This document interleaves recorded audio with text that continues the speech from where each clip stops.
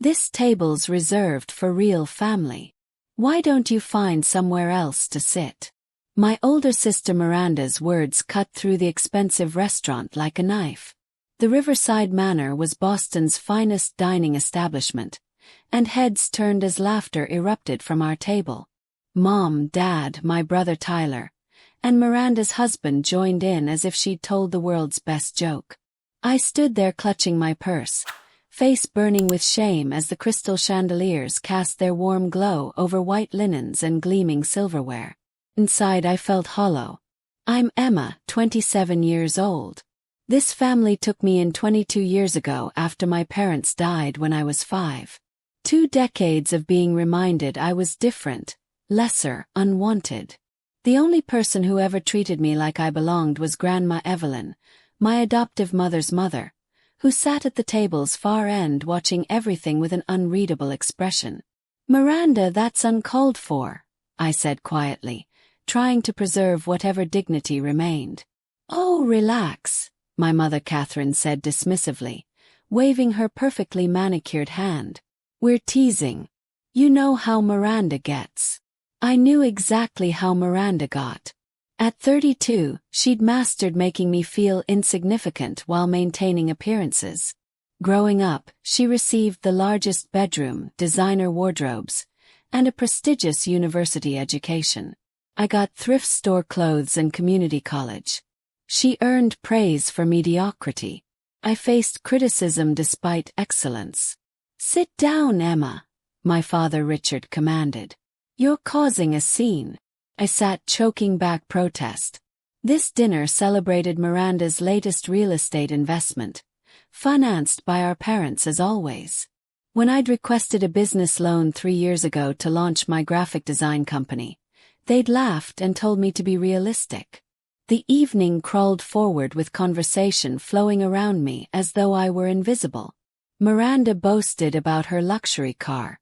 Tyler discussed his bank promotion. My parents glowed with pride, asking questions and offering congratulations. When I mentioned landing a major client worth $50,000, Mother interrupted. That's lovely, dear. Tyler, tell us about your bonus. By dessert, I'd withdrawn completely into familiar numbness. This was my designated role. The outsider, the charity case someone kept around so they could feel magnanimous. Then the waiter approached with the check, placing the leather folder directly before me. I stared confused. What's happening? I asked. Miranda's laugh rang sharp and bright. Oh, didn't we mention? You're covering tonight's bill. Consider it your contribution since you're always taking without giving back. Taking. The word emerged strangled. I've never asked for anything. The house you grew up in, the food, the clothing. Catherine ticked items off on her fingers. We provided everything, Emma. The least you can do is buy us dinner. My hands trembled opening the folder. The total blurred my vision. $3,270. They'd ordered premium wines, multiple appetizers, expensive steaks, lobster. Tyler had ordered 3 desserts purely because he could. I can't afford this, I whispered. Of course you can, Miranda said sweetly. You just mentioned your big client. 50,000, right? This is nothing to you now. The truth was that 50,000 stretched across 6 months of work, already allocated to business expenses, rent, and student loans my family had refused to help with. This single meal would drain my savings completely. But I couldn't make another scene, couldn't give them ammunition to call me ungrateful, difficult, overly dramatic. With shaking hands, I retrieved my credit card and placed it in the folder. The waiter whisked it away while I forced a smile, sipping water and pretending this wasn't devastating. Miranda was already discussing their upcoming Tuscany vacation. My parents planned to join them. Nobody asked if I wanted to come. They never did. When the waiter returned with my card and receipt, I signed with numb fingers. $3,270 for the privilege of being humiliated by people who claimed to love me. Well, that was wonderful, Catherine said, dabbing her lips. Same time next month. Next month. They expected this to become routine. I opened my mouth to protest, to finally say enough was enough, when a voice interrupted the chatter. Just a moment, please. Everyone fell silent. Grandma Evelyn, quiet all evening, stood at her end of the table. At 78, she still commanded attention with her perfectly styled silver hair and rod-straight posture. Something in her expression made my chest tighten. The restaurant seemed to hold its breath. Grandma Evelyn had always been different. While my parents and siblings treated me like an obligation, she attended my school performances, remembered my birthday, asked about my dreams. She was also the wealthiest person I knew. A self-made billionaire who'd built a biotechnology empire from nothing.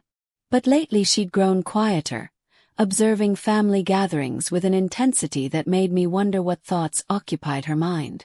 "Mother, what is it?" Catherine asked, irritation creeping into her voice. We were about to leave. "Sit down, everyone." Grandma Evelyn's voice carried authority that made even my father straighten. "I have something to say, and you're going to listen." Miranda rolled her eyes but remained seated. Tyler checked his phone under the table. My parents exchanged confused glances.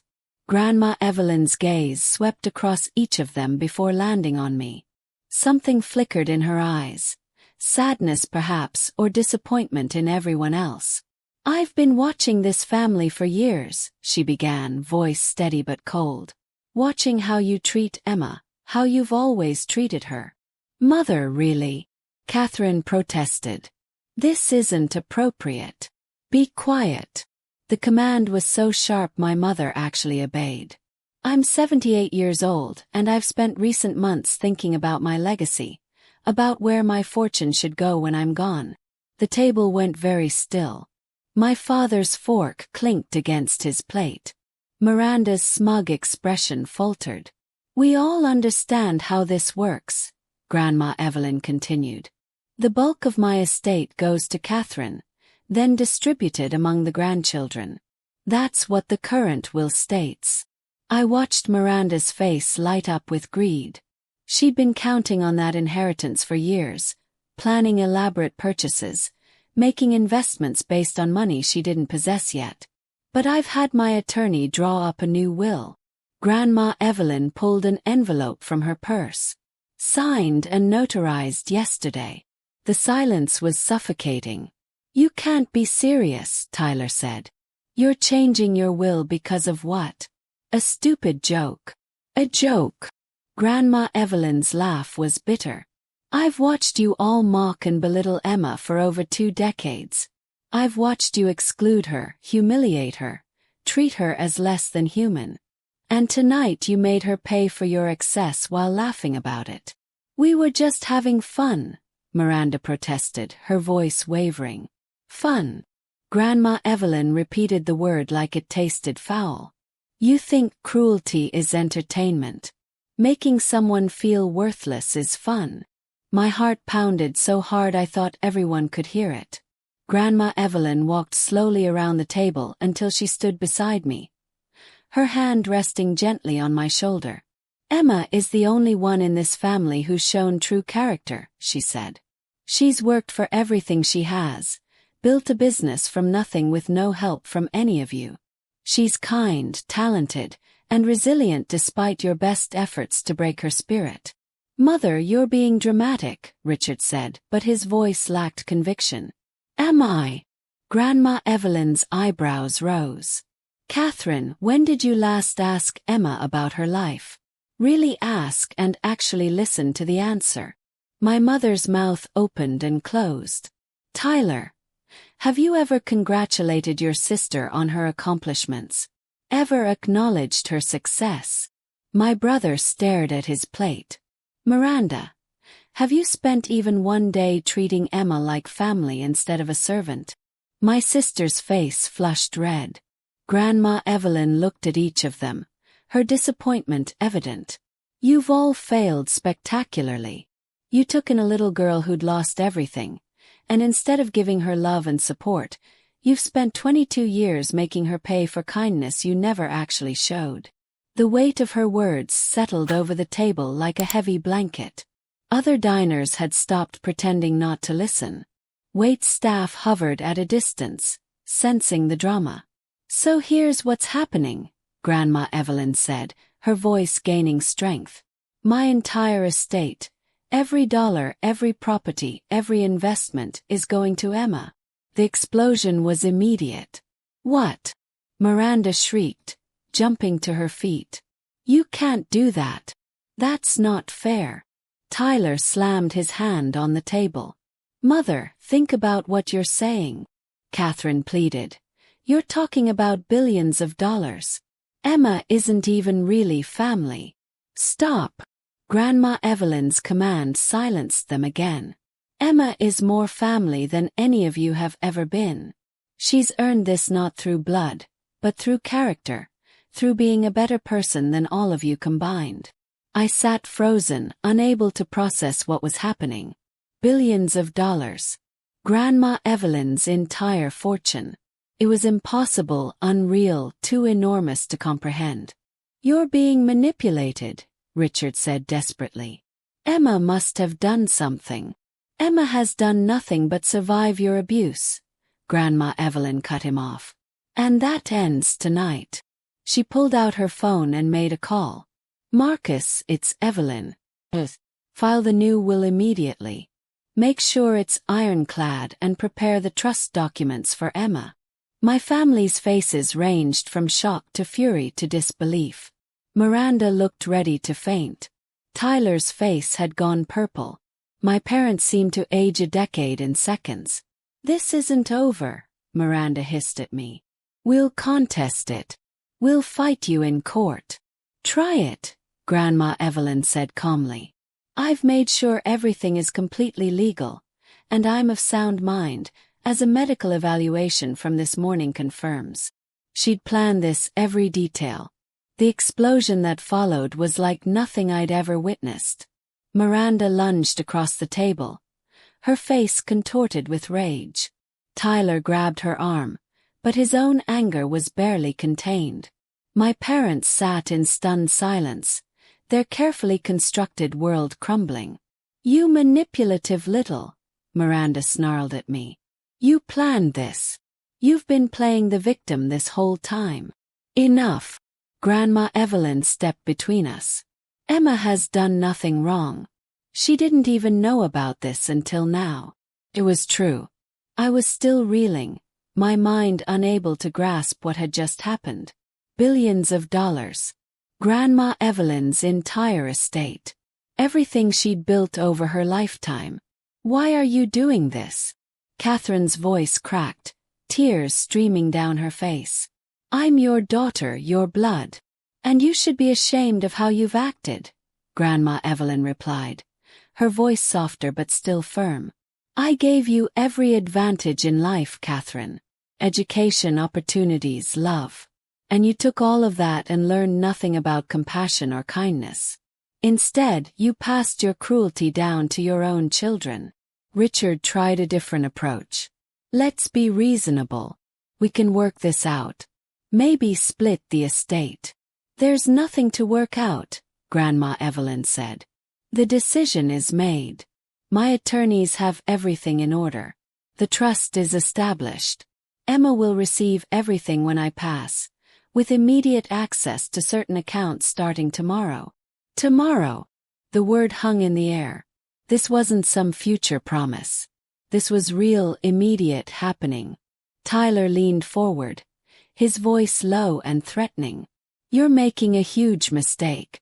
Emma doesn't know how to handle that kind of money. She'll blow through it in a year. Emma has built a successful business on nothing, Grandma Evelyn interrupted. She's more financially responsible at 27 than any of you have ever been. She's had to be because you never helped her. I found my voice shaky and uncertain. Grandma, I don't understand. Why now? She turned to me and her expression softened. Because I've watched you suffer long enough, sweetheart. I'm dying. The world tilted. What? The word barely came out. Pancreatic cancer, stage 4. I have maybe 6 months, probably less. She said it so calmly, but I saw the pain beneath the composure. I found out 3 months ago, and I've spent that time getting my affairs in order, making sure my legacy goes to someone who deserves it. Tears blurred my vision. Grandma Evelyn was dying. The one person who'd ever truly loved me was leaving. "Oh, don't cry, Emma." She pulled me into a hug, and I breathed in her familiar perfume, lavender and jasmine. This isn't sad. This is justice. Around us, the restaurant had gone completely silent. Even the kitchen noise had died down. Everyone was watching this family implode in real time. "You can't be serious about this," Catherine tried again, desperation making her voice shrill. "Mother, please think about your grandchildren. Think about the family legacy." "I am thinking about it," Grandma Evelyn said. "That's exactly why I'm doing this. The family legacy should be compassion, hard work, and integrity. Emma embodies all of that. The rest of you embody greed, cruelty, and entitlement." Miranda's hands were shaking. "We'll sue. We'll prove you're not in your right mind." "Good luck with that." Grandma Evelyn's smile was sharp. "I have medical evaluations, psychological assessments, and testimony from dozens of witnesses about your treatment of Emma over the years. My attorney has been documenting everything for months. She'd been planning this carefully, methodically, protecting me even as her own time ran short." "I want to go home," I whispered. "Of course." Grandma Evelyn kept her arm around me. "Marcus is outside with the car. He'll take us both to my place. We have a lot to discuss." As we turned to leave, Tyler blocked our path. "This isn't fair. She's not even really one of us." "Move." Grandma Evelyn's voice was ice. "Or I'll have security remove you." He stepped aside, but the hatred in his eyes made me flinch. We walked through the restaurant in silence, every eye following us. The cool Boston air hit my face as we stepped outside, and I gulped it down, trying to steady myself. A sleek black car waited at the curb. Marcus, Grandma Evelyn's driver of 30 years, opened the door with a knowing smile. "Miss Emma, welcome." "Marcus knows everything," Grandma Evelyn said as we slid into the back seat. "He's been helping me plan this for weeks." The car pulled away from the restaurant, leaving my family, former family, standing on the sidewalk in shock. Through the rear window, I saw Miranda screaming something, her face twisted with rage. Tyler was on his phone, probably calling an attorney. My parents stood together, looking lost and broken. I should have felt something, guilt maybe or fear, but all I felt was numb exhaustion mixed with a strange sense of freedom. "Are you really dying?" I asked Grandma Evelyn, my voice small. "Yes." She took my hand, her skin paper-thin but her grip surprisingly strong. "But I'm not afraid. I've lived a full life, Emma. Built an empire, raised a family, made my mark. Now I get to ensure that everything I've worked for goes to someone worthy." "I don't know if I can do this," I admitted. "I don't know how to be rich. I don't know how to run your companies." "You'll learn," she said confidently. "You're smart, hardworking, and you have good instincts. And you'll have an excellent team to guide you. I've made sure of that." The city lights blurred past the window as we drove toward her estate in Beacon Hill. "What happens now?" "Now." Grandma Evelyn squeezed my hand. "Now we prepare you for your new life. And we make absolutely certain that your family can never hurt you again." The next morning, I woke up in one of Grandma Evelyn's guest rooms, momentarily disoriented by the silk sheets and the view of the harbor through floor-to-ceiling windows. Then the memories crashed back, the restaurant, the bill, the announcement, everything. My phone had been buzzing non-stop since I'd turned it back on. 43 missed calls from Miranda, 27 from my mother, 16 from Tyler, dozens of texts ranging from pleading to threatening. I scrolled through them with strange detachment.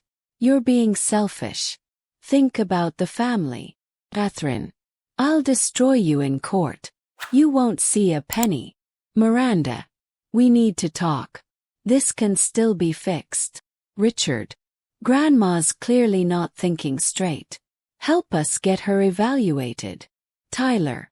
I set the phone down and walked to the window. Grandma Evelyn's estate sprawled across 3 acres of prime Boston real estate. The morning sun glinted off the harbor. Sailboats already dotting the water. This was mine now or would be soon. A soft knock interrupted my thoughts. Miss Emma, breakfast is ready, and Miss Evelyn would like to see you in the study. I found Grandma Evelyn sitting behind an enormous mahogany desk, looking surprisingly energetic despite yesterday's revelation about her health. Marcus stood nearby, and a distinguished-looking man in an expensive suit sat across from her. Emma, this is Marcus Chen, my attorney, Grandma Evelyn said. We need to go over some things. Marcus stood, shaking my hand with a firm grip. Miss Emma, it's a pleasure. Your grandmother has spoken very highly of you. I sat down, feeling like I was in a dream. Marcus opened a leather portfolio and began explaining the details. The trust, the companies, the investments. Numbers that seemed impossible swam before my eyes. 3 billion in liquid assets. 5 billion in property and investments. Stakes in biotechnology companies, real estate developments, tech startups. The immediate access accounts activate today, Marcus explained. 5 million for your personal use while the trust is being finalized. Your grandmother wanted to ensure you had resources right away. 5 million for immediate use. Felt dizzy. There's more, Grandma Evelyn said, her eyes sharp. Your family will try to contest this. They'll claim undue influence, diminished capacity, anything they can think of. We need to be prepared. What can they actually do? Yes.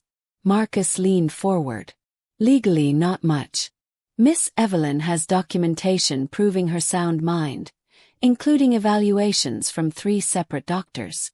The will is ironclad. However, they can make the process difficult, drag it out in court, create negative publicity. Let them try, Grandma Evelyn said firmly. I've been documenting their treatment of Emma for years. Every cruel comment, every exclusion, every incident of financial abuse. If they want a court battle, I'll bury them with evidence. My phone buzzed again. Miranda. I silenced it. There's something else you need to know, Grandma Evelyn said, and something in her tone made me tense. Your adoption wasn't quite what you think it was. The room seemed to tilt. What do you mean? She pulled a folder from her desk drawer, sliding it across to me. When Catherine and Richard adopted you, they received a substantial sum of money. $750,000 to be exact. It was meant to cover your care, education, everything you'd need growing up. I stared at the documents in the folder. Bank statements, transfer records. They took money for adopting me? From a trust set up by your birth parents, Grandma Evelyn confirmed. They died in a car accident when you were 5. They had established a trust to ensure you were cared for. Catherine and Richard were approved as adoptive parents and given access to those funds. My hands shook as I flipped through the papers. $750,000. And I'd worn second-hand clothes, gone to community college on student loans, been told the family couldn't afford to help me. They spent it all, I whispered, seeing the account statements. Vacations, cars, Miranda's private school tuition, Tyler's college fund. They spent my money on everyone but me. Yes, Grandma Evelyn said quietly. I only discovered this myself 2 years ago.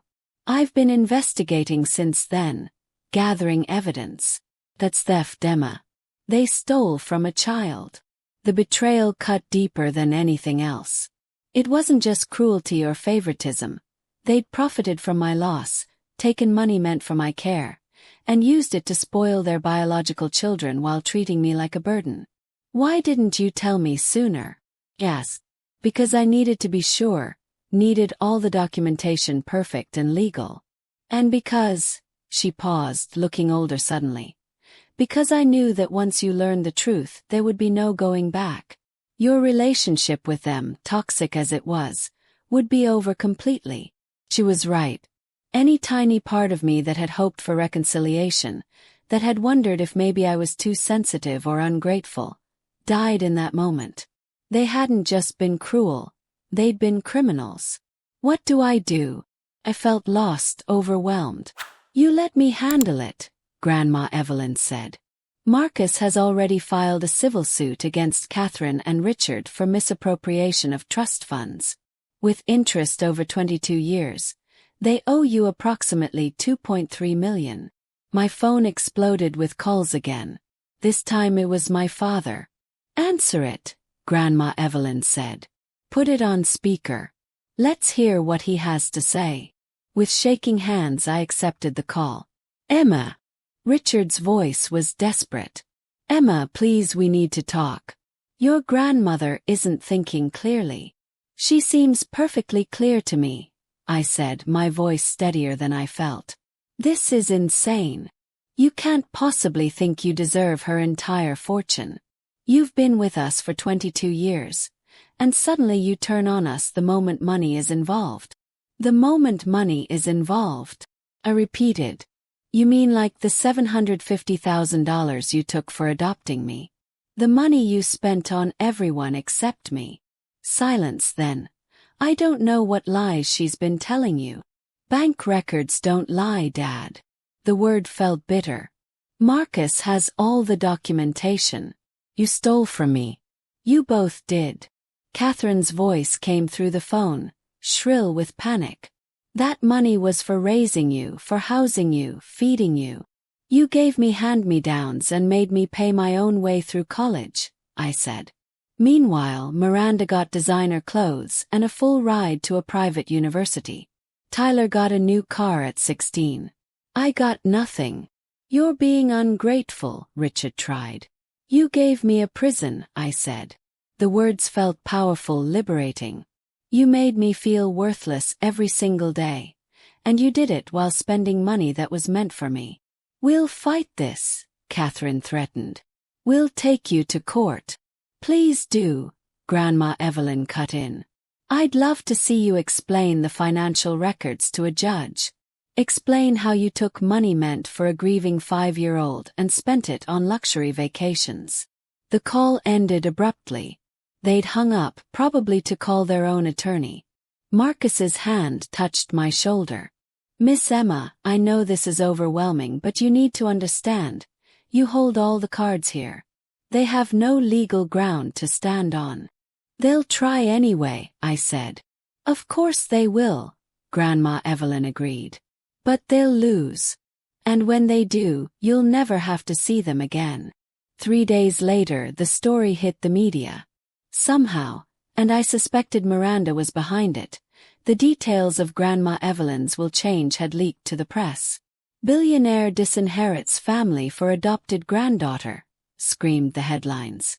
My phone wouldn't stop ringing with reporters wanting statements. I'd moved into Grandma Evelyn's estate temporarily, unable to face my apartment where my family knew the address. Marcus had retrieved my things, and I was living in a strange bubble of luxury and chaos. The public reaction was divided. Some praised Grandma Evelyn for rewarding character over blood. Others called me a manipulative gold digger who'd seduced an elderly woman for her fortune. The comment sections were brutal. She must have been sleeping with the old woman's attorney or something. Gold digger alert. This girl knew exactly what she was doing. Good for Evelyn. Family isn't blood, it's how you treat people. That adopted girl is going to blow through billions in a year. Watch. I tried to ignore it, but the words burrowed under my skin. Was I wrong to accept this? Should I have refused Grandma Evelyn's gift? Stop reading those, Grandma Evelyn said, finding me hunched over my laptop in the library. She looked frilier than she had days ago, the cancer clearly progressing. People will always have opinions. Let them talk. They're calling me terrible things, I said. They called me terrible things when I built my first company, she replied, settling into the chair beside me. Said I was too aggressive, too masculine, too ambitious. A woman couldn't possibly succeed in biotechnology. I proved them wrong. She took my hand, her grip weaker now. You'll prove them wrong too, Emma. Not by defending yourself, but by being exactly who you are, kind, hardworking, principled. That afternoon Marcus arrived with news. Catherine and Richard have officially filed to contest the will, claiming diminished capacity and undue influence. Let me see, Grandma Evelyn said. Marcus handed over the legal documents. I read over her shoulder, my anger building with every word. They claimed I'd isolated Grandma Evelyn from her family, that I'd manipulated a sick elderly woman, that I'd taken advantage of her declining mental state. This is ridiculous, I said. I didn't even know about the cancer until that night. We have evidence proving otherwise, Marcus assured me, including testimony from medical staff, friends, business associates. They're grasping at straws. But something in Marcus's expression made me nervous. What aren't you telling me? He exchanged a glance with Grandma Evelyn. Miranda has hired a private investigator. They're digging into your background, looking for anything they can use against you. My stomach dropped. There's nothing to find. We know that, Grandma Evelyn said. But they'll try to create something, twist innocent situations, take things out of context. As if on cue, my phone rang. An unknown number. Against my better judgment, I answered. Emma, it's so good to finally reach you. The voice was unfamiliar, syrupy sweet. I'm Jennifer Park from Boston Life magazine. I'd love to chat about your relationship with Evelyn. No comment, I said, moving to hang up. Wait, I just have a few questions about the allegations. What allegations? About your business. There are questions about where you got your startup capital. Some people are suggesting Evelyn funded it years ago, that you've been planning this takeover for a long time. My blood ran cold. That's not true. I built my business with my own money. Can you prove that? Do you have documentation? I hung up, my hands shaking. They're trying to create a narrative, Marcus said grimly. That you've been grooming Evelyn for years, that everything you've accomplished was really her money. But it wasn't. I have loan documents, business records. We know, Grandma Evelyn soothed. And we'll prove it. But Emma, you need to prepare yourself. This is going to get worse before it gets better. She was right. By evening, social media was flooded with theories. Anonymous accounts, probably my family, were spreading rumors that I'd failed out of community college, I'd graduated with honors, that my business was failing, it was thriving, that I'd had multiple affairs with wealthy older men I'd barely dated in years. The cruelest rumor was that I'd somehow caused my birth parents' death to access their trust fund. I was 5 years old when they died, but facts didn't matter to internet trolls. I closed my laptop, feeling sick. Miss Emma. Marcus appeared at the library door. There are reporters at the gate. Quite a few of them. I walked to the window overlooking the front of the estate. News vans lined the street, cameras pointed at the house. My private life was now public spectacle. This is what they want, I said quietly. They want me to crack, to do something that makes me look bad. Then don't give them the satisfaction, Grandma Evelyn said. She looked exhausted, but her eyes were still fierce. We fight this the right way, with truth, with evidence, with dignity. That night I couldn't sleep. I kept replaying moments from my childhood. Catherine telling me I was lucky they'd taken me in. Miranda laughing when I didn't get invited to her birthday party. Tyler pushing me into the pool at a family gathering while everyone laughed. Every moment of exclusion, every casual cruelty, all building to this moment. Around 2 a.m, my phone buzzed with a text from an unknown number. You're going to regret this. We'll destroy you. Miranda, threatening me from a burner phone. I screenshot it and sent it to Marcus. Evidence. Grandma Evelyn had taught me well. The next morning brought a new development. Tyler showed up at the estate, somehow talking his way past security. I found him in the foyer arguing with Marcus. "I need to see Emma," he was saying. "Please, it's important." "It's okay, Marcus," I said, though my heart was racing. "I'll talk to him." Tyler looked terrible. Unshaven, clothes wrinkled, dark circles under his eyes. Nothing like the polished banker I'd grown up with. "Emma, please," he said. "We need to fix this. The family is falling apart." "The family fell apart a long time ago," I said. "You're just noticing now because money's involved. That's not fair. I know we weren't always. I know we could have been better to you, but this..." He gestured around the estate. "Cutting us out completely. That's too far. Too far." My voice rose despite my attempt to stay calm. "Tyler, you pushed me into a pool when I was 12 and I nearly drowned because I didn't know how to swim. Nobody taught me because swimming lessons were for real family. Miranda told everyone at school I was adopted because my real parents didn't want me. Mom forgot my birthday 3 years in a row. Dad told me I should be grateful for scraps. And you all spent $750,000 that was meant for me while I worked 3 jobs to pay for community college." Tyler's face went white. "I didn't know about that money. I swear. You didn't know because you never asked. None of you ever asked about me, about my life, about whether I was okay." The words poured out, years of pain finally finding voice. "You want to fix the family. There's nothing to fix. It was broken from the start. Emma, please. Get out." My voice was steady now, cold. "Get out of this house and don't come back." "You're making a mistake," Tyler said, but there was no conviction in it. "When Grandma's gone, you'll have no one." "I already had no one," I said. "At least now I'll have resources to build an actual life." Marcus escorted Tyler out. Through the window, I watched my brother walk to his car, shoulders slumped. For a moment, just a moment, I felt a pang of something. Not quite guilt, but a sad acknowledgement of what could have been if they'd chosen differently. That afternoon, Marcus called an emergency meeting. His expression was grave. "Miranda's legal team has found something," he said. "Or rather, they claim to have found something.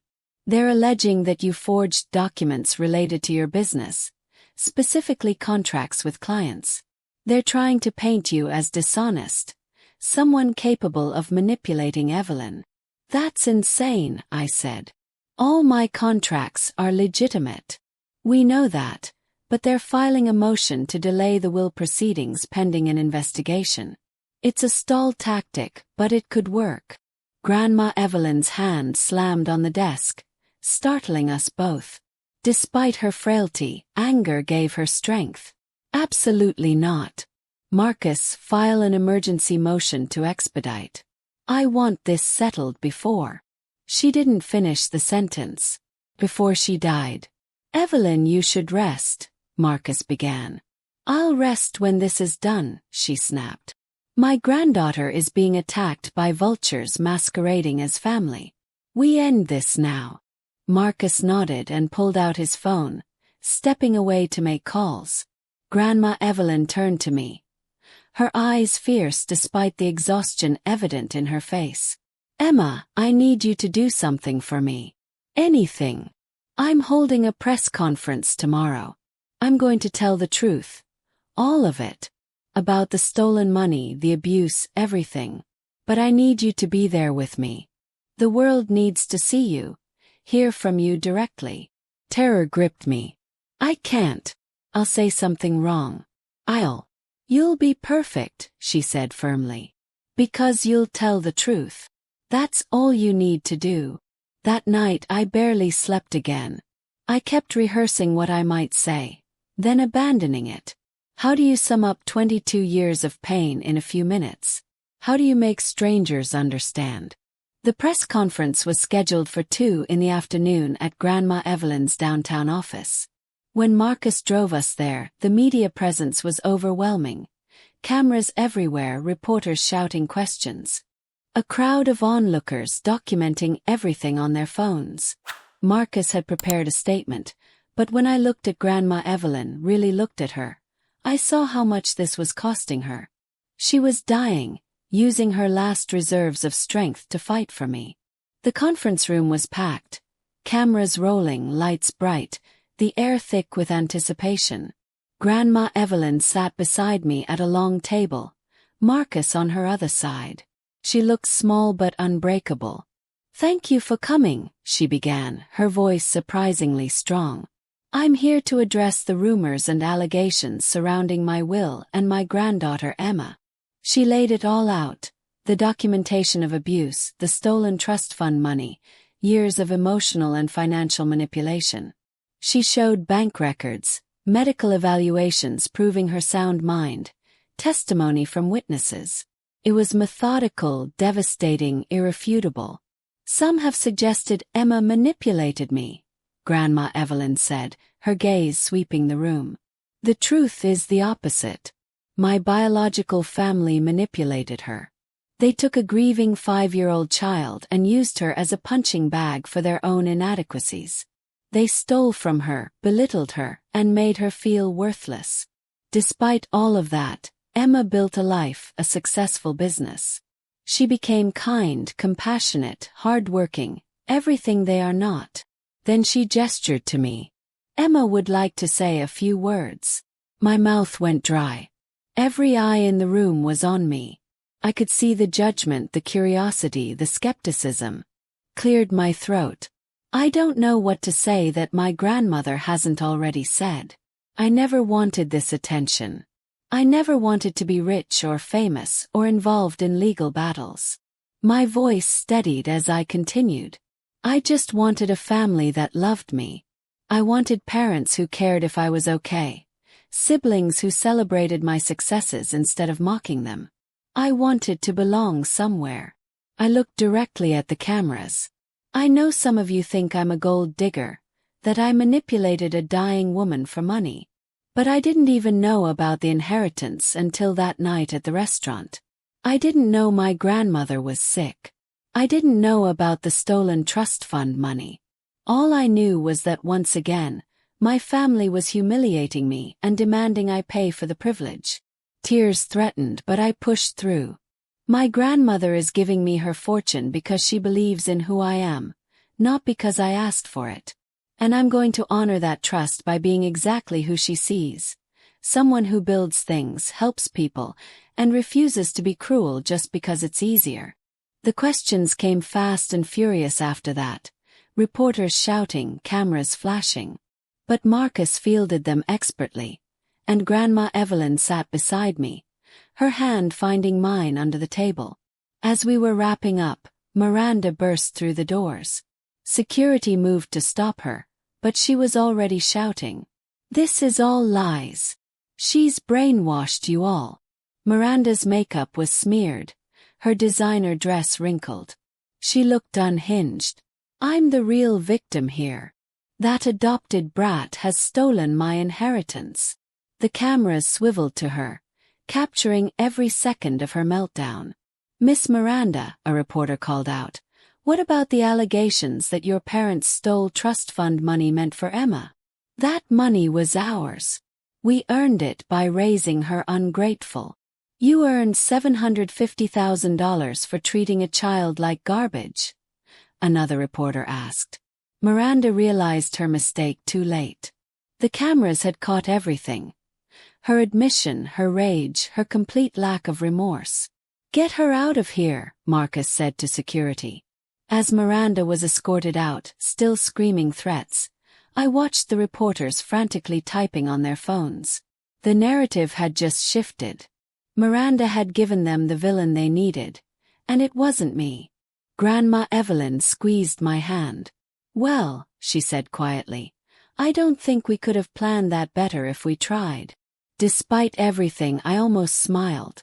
Miranda had destroyed herself, And she'd done it on camera for the world to see. The video of Miranda's meltdown went viral within hours. By evening it had been viewed over 10 million times. News outlets played it on loop, dissecting every word, every unhinged expression. Social media exploded with commentary. Did she really just admit they took money for raising an adopted kid? This family is toxic.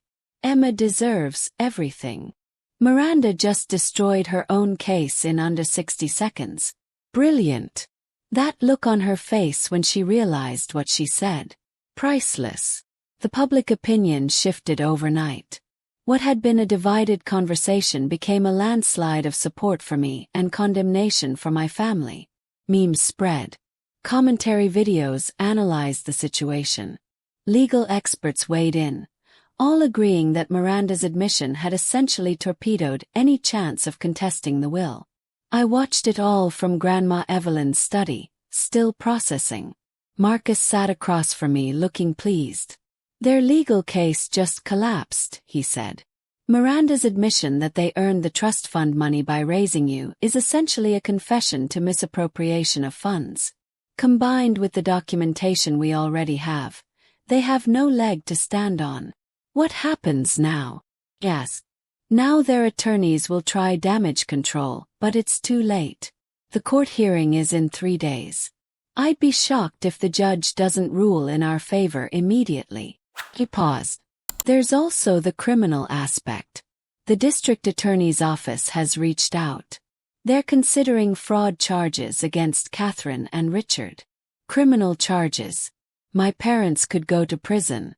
Grandma Evelyn entered the study, moving slowly with Marcus supporting her arm. She declined rapidly since the press conference, the effort having drained her reserves. But her eyes were still sharp. Don't look so worried, she said, settling into her chair. They made their choices. Now they face the consequences. They're still my parents, I said quietly. Or they were supposed to be. They were never your parents, Grandma Evelyn said firmly. Parents protect their children, love them, support them. What Catherine and Richard did was exploitation, pure and simple. My phone buzzed. Another message, but this one made my blood run cold. I know where you live now. This isn't over. I showed it to Marcus, who immediately made a call. I'm getting a restraining order filed today and increasing security at the estate. She's desperate, Grandma Evelyn observed. Desperate people do dangerous things. She was right. Over the next 2 days, Miranda's behavior became increasingly erratic. She showed up at my old apartment building, screaming at tenants. She posted long, rambling rants on social media, each one more unhinged than the last. She claimed I'd used witchcraft to manipulate Grandma Evelyn, that I was part of a conspiracy, that she was the real victim of elder abuse. Each post only made things worse for her.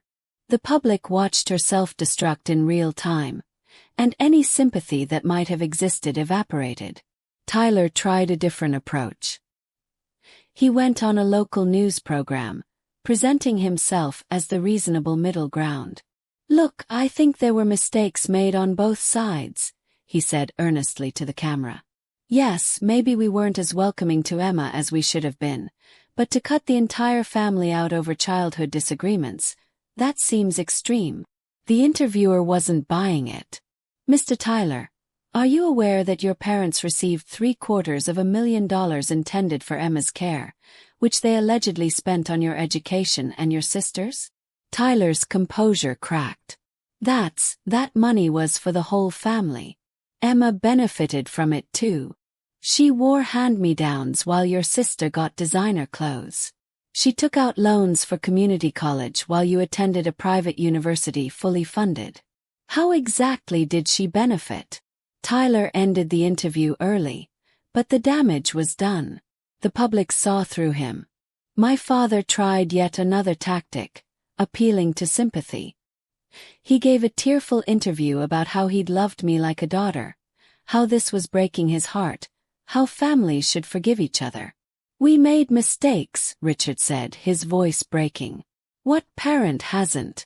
But to be cut off completely, to be accused of theft, it's destroying us. Catherine can barely get out of bed. Tyler's marriage is suffering. Miranda is having a breakdown. All because we weren't perfect. The interviewer, the same one who dismantled Tyler, showed no mercy. Mr. Richard, you're describing what you did as not being perfect. But investigators have documented years of emotional abuse, financial exploitation, and systematic exclusion of Emma from family activities. This goes beyond imperfection. That's not abuse. That's just family dynamics. Every family has issues. Every family doesn't steal $750,000 from a child. My father walked out too. But my mother's approach was the most calculated. Catherine hired a PR firm and gave a carefully crafted interview to a sympathetic journalist.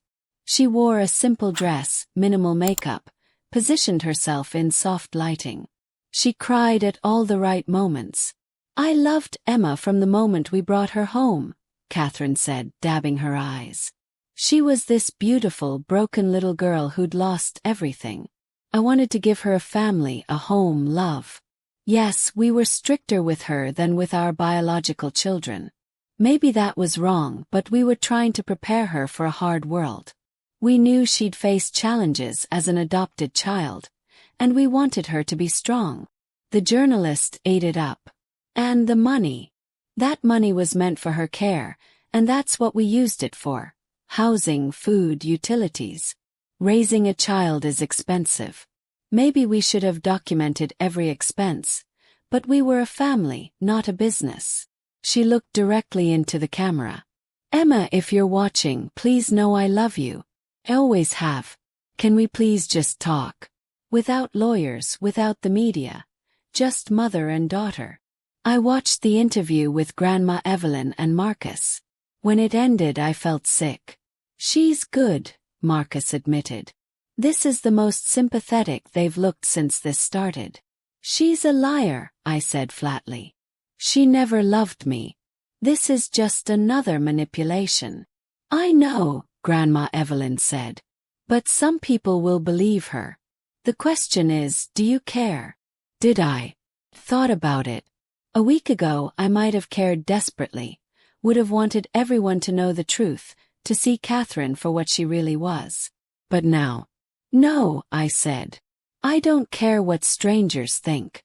The people who matter know the truth. Grandma Evelyn smiled. Good girl. The court hearing arrived on a gray Boston morning.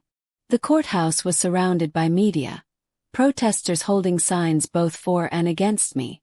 Curiosity seekers hoping for a glimpse of the drama. Marcus had arranged for us to enter through a private entrance, but I could still hear the noise outside. Grandma Evelyn looked frail in her wheelchair. We'd finally convinced her to use one, but her spine was still straight. I held her hand as we entered the courtroom. My family was already there. Catherine, Richard, Tyler, and Miranda sat at the defendant's table with their team of attorneys. Catherine had maintained the soft, sympathetic appearance from her interview. Richard looked tired and defeated. Tyler wouldn't meet my eyes. But Miranda stared at me with pure hatred. The judge, a stern woman in her 60s named Judge Patterson, entered and everyone rose. This is a hearing regarding the will of Evelyn Hayes and the contest filed by Catherine Hayes and family, Judge Patterson began. I've reviewed the documentation submitted by both parties. Counsel, your opening statements. The family's attorney went first, a slick man named Robert who argued that Grandma Evelyn had been unduly influenced, that her illness had impaired her judgment, that the will should be set aside in favor of the previous version. Then Marcus stood. He didn't argue or plead. He simply presented facts. Bank records showing the stolen trust fund money, medical evaluations from 3 separate doctors confirming Grandma Evelyn's sound mind, testimony from business associates about her mental acuity, documentation of the abuse I'd suffered, photos, recordings, witness statements, and finally Miranda's viral video confession. Your Honor, Marcus concluded, this is not a case of undue influence. This is a case of a woman choosing to leave her estate to someone who deserves it, and a family angry that their victim has finally escaped their control. Catherine's attorney tried to counter, but Judge Patterson cut him off. I've seen enough, she said. The evidence is overwhelming. Miss Evelyn Hayes was clearly of sound mind when she executed her new will. The documentation of abuse is extensive and credible, and the admission by Miranda Hayes that the family earned money meant for Emma's care essentially confirms the allegations of financial exploitation. My heart began to race. Furthermore, Judge Patterson continued, the behavior exhibited by the contesting parties during these proceedings, including threats, harassment, and public defamation, only reinforces that Miss Evelyn's decision was correct.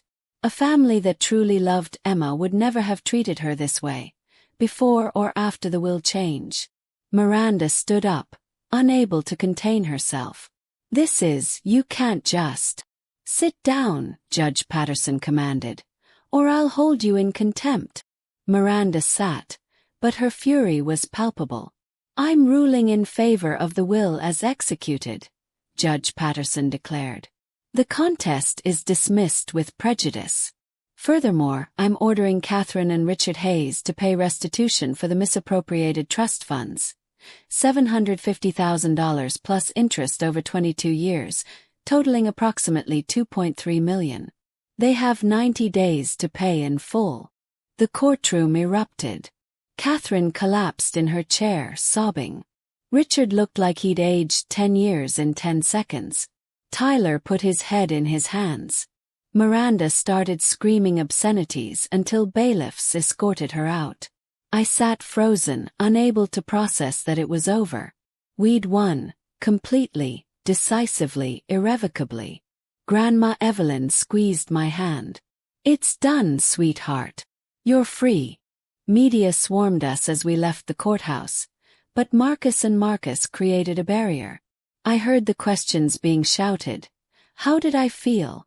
What would I do with the money? Did I have a message for my family? But I didn't answer. I just helped Grandma Evelyn into the car and let Marcus drive us away. Back at the estate, Grandma Evelyn was exhausted but satisfied. I can die happy now, she said, and the words hit me like a physical blow. Don't say that, I whispered. Please. Oh, Emma. She cupped my face with her thin hands. I'm not afraid. I got to see justice done. I got to know my fortune will be used for good. That's more than most people get. Over the next 3 weeks, I watched Grandma Evelyn fade. She slipped in and out of consciousness, sometimes lucid, sometimes lost in memories. I stayed by her side, holding her hand, telling her about my plans for the foundation I wanted to start. Something to help adopted children who were being abused or exploited. That's perfect, she murmured during one of her clearer moments. Help others like you. Break the cycle. I will, I promised. I'll make you proud. You already have. Her smile was peaceful. You survived them, Emma. You stayed kind when they were cruel. You worked hard when they tried to break you.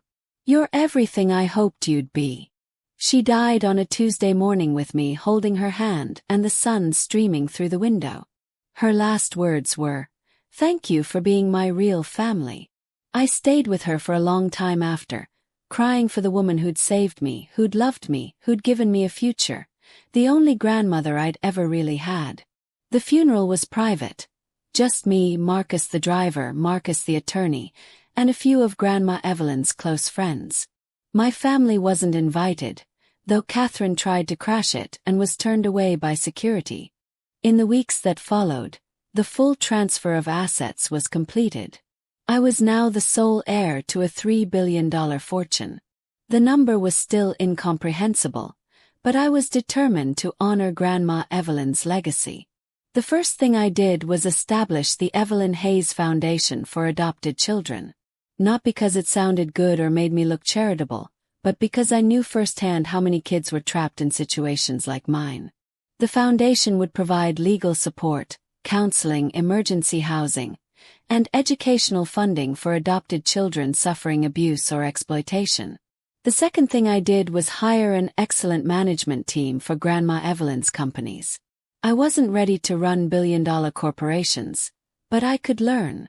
I attended every meeting, asked questions, studied at night.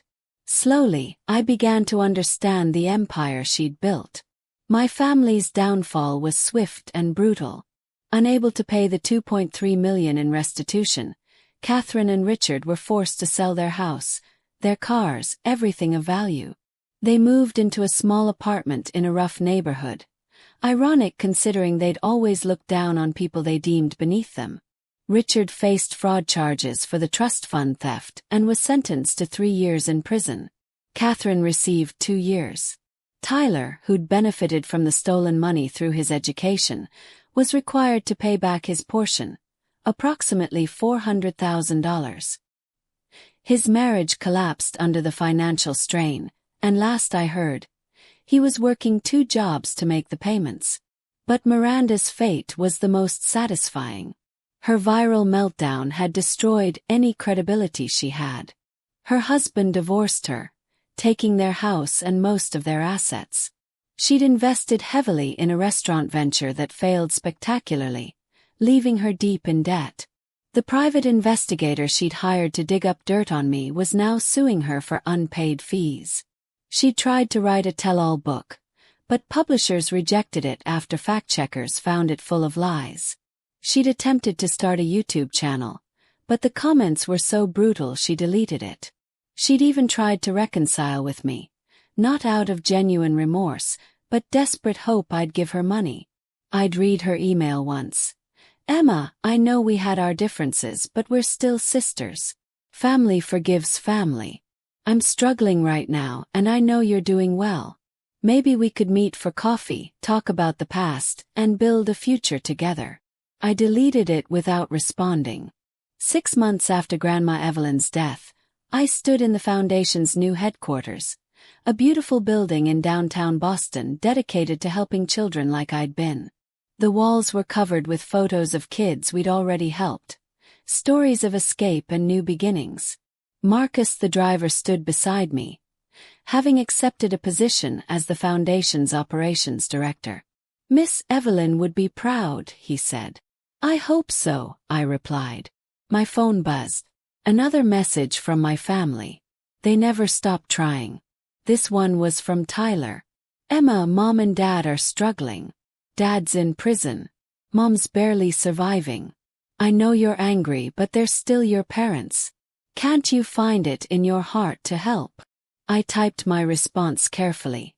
They were never my parents. They were people who took money to raise me and instead used me as a punching bag for their inadequacies. I owe them nothing.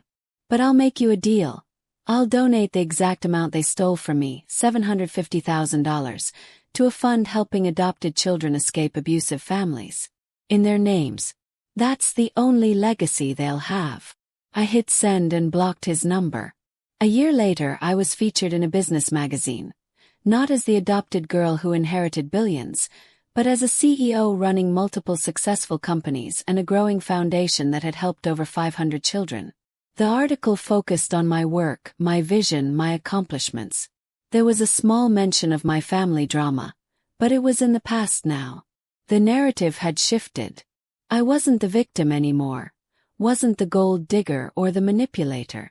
I was simply Emma, a woman who'd survived, thrived, and chosen to help others do the same. I'd heard through mutual acquaintances that Miranda was working in telemarketing, barely making ends meet. That Catherine, released from prison, was living in a women's shelter. That Richard was still incarcerated, his health failing. That Tyler was bankrupt, his expensive education worthless without the connections and money that had always propped him up. Part of me, the part that remembered being a hurt little girl, felt a twinge of something. Not quite satisfaction, not quite pity. Just acknowledgement that actions have consequences, that cruelty eventually circles back. My family never recovered from their fall. Miranda's attempts to rebuild her life repeatedly failed, each venture collapsing under the weight of her reputation and poor decisions. Catherine and Richard lived out their remaining years in poverty and isolation, their biological children too consumed with their own struggles to help. Tyler's pride never allowed him to accept jobs he deemed beneath him, keeping him perpetually on the edge of financial ruin. They'd built their lives on a foundation of cruelty and entitlement. And when that foundation crumbled, they had nothing left to stand on. As for me, I built something lasting from the ashes of that painful past. Each child the foundation saved, each life changed, each cycle of abuse broken, that was my real inheritance from Grandma Evelyn. Not the money, but the understanding that sometimes the best revenge isn't destruction, but becoming everything they said you couldn't be. And watching them destroy themselves while you're busy building something beautiful. That was simply justice taking its natural course.